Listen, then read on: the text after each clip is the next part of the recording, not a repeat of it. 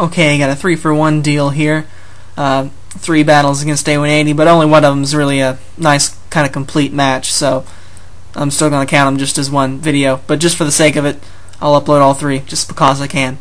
Alright, lead off with Skullman bait up against Somnium. I don't think he's going to want to take a Shadow Sneak 2 at KO, so I figure he'll switch, hopefully to Harbinger, but brought an Altair instead. So, struck it with a Will-O-Wisp, predicting some kind of switch, and never hurts to get some residual damage on Skarm. Can't Toxic Poison it, so burns just as good.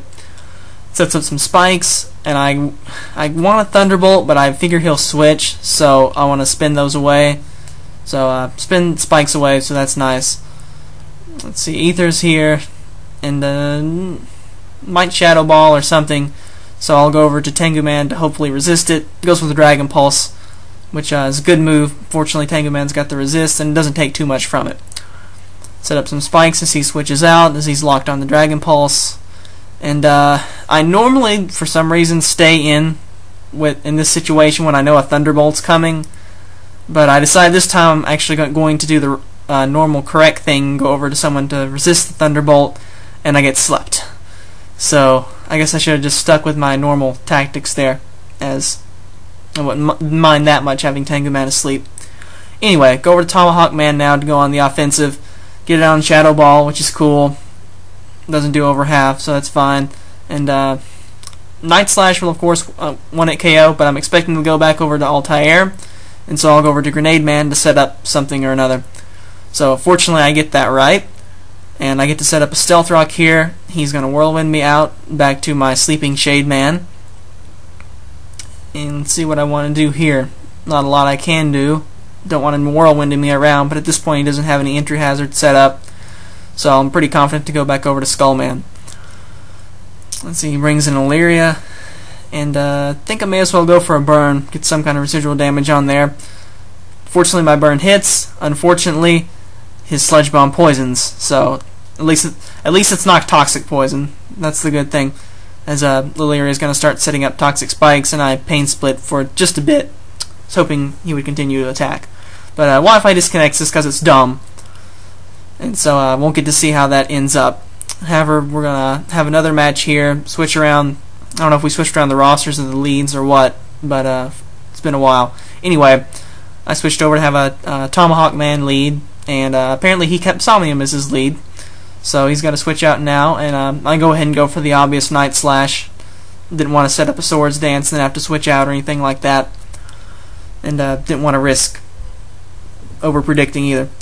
So I go over to Grenade Man, and he whirlwinds me out to Starman, which works out just absolutely perfectly, because that's kind of who I would have wanted to bring in. I'm actually not sure why I brought in Grenade Man. I guess just to spin away his entry hazards. Anyway, I went for the Surf, because I didn't want to go for the obvious T-Bolt, and I got lucky. Brinstar came in, took neutral damage from the Surf instead of no damage from the Thunderbolt. And I'm pretty sure Brinstar is careful, and that thing is bulky. It doesn't even normally get one-hit KO'd by Ice Beams from it might from Life Orb Starmie, but it doesn't normally get KO'd. So fortunately Ice Beam was able to finish that off thanks to the extra damage from Surf. Now I know Zelkova here uses the Yache Berry, but I had to go for it anyway just to get damage on there. And he's going to Dragon Dance up as he survives with the Yache Berry.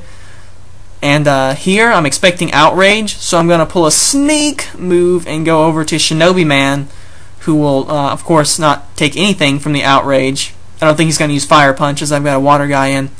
And so I go over to Shinobi Man. Sure enough, Outrage comes, and I'm like, yes, I'm going to get to free hit him while he outrages. But he gets to switch, and I'm like, wait, what? So apparently, if you Outrage against some guy with Wonder Guard, you can still switch out, and you're not locked into it. So that's just dumb. Made me rather upset as Altair was able to come in and take nothing from Shadow Sneak. So I was kind of fuming about that here for a while, and didn't really want to waste Shinobi Man's Sash at this point. And he sets up some spikes, so I brought in Grenade Man to spin those away so I can keep using Shinobi Man at some point. Goes over to Somnium, predicting the rapid spin. However, I predicted to go to Somnium and use Stealth Rock instead, so at least I got a 1-up on him there. Go over to Medi now and get Hypnosis, because I'm stupid and should have left Grenade Man in again. I keep having bad switches with Hypnosis. I go to the counter that I want to use and they get slept. But, oh well. brings in Illyria, and I'm pretty much just content to let Illyria set up all she wants with toxic spikes and whatnot, as I've got Grenade Man to spin those away at my leisure. And I want Medi to wake up, so I'm just going to stay in here trying to T-bolt Illyria and see what we can do. Set us up all the layers of toxic spikes, and now all the toxic spikes are set up, and Medi decides to wake up and shoot Illyria with a nice Thunderbolt. Looks like that might 4-hit KO at best with lefties or Black Sludge and whatnot, but I'm just going to keep going for it, as there's not a whole lot Illyria can do. And here he thought I would switch, but Special Scarf Lucario I know is not going to do anything to Medi, so Dragon Pulse did lulls. And another Thunderbolt's going to finish Aether off, so that's looking good. Probably switch here and goes over to Zelkova. Medi goes for the Thunderbolt and just finishes Zelkova off, so that's V for victory right there. Alright, Aether comes back in. Now he's can switch it to a different attack. Goes with a Stab or a Sphere. Unfortunately, doesn't even do enough to 2-hit KO. Get a nice critical hit Thunderbolt there to finish Aether off. And let's see who comes in now. Altair comes in to take a nice Thunderbolt to the face, but I want to soft-boiled up first just to see what he wants to do. So he drill pecks me, so it's a good thing I did soft-boiled. And I'll go for the Thunderbolt now. Probably won't 1-hit KO, but should get it down there. Gets it down a little below a third.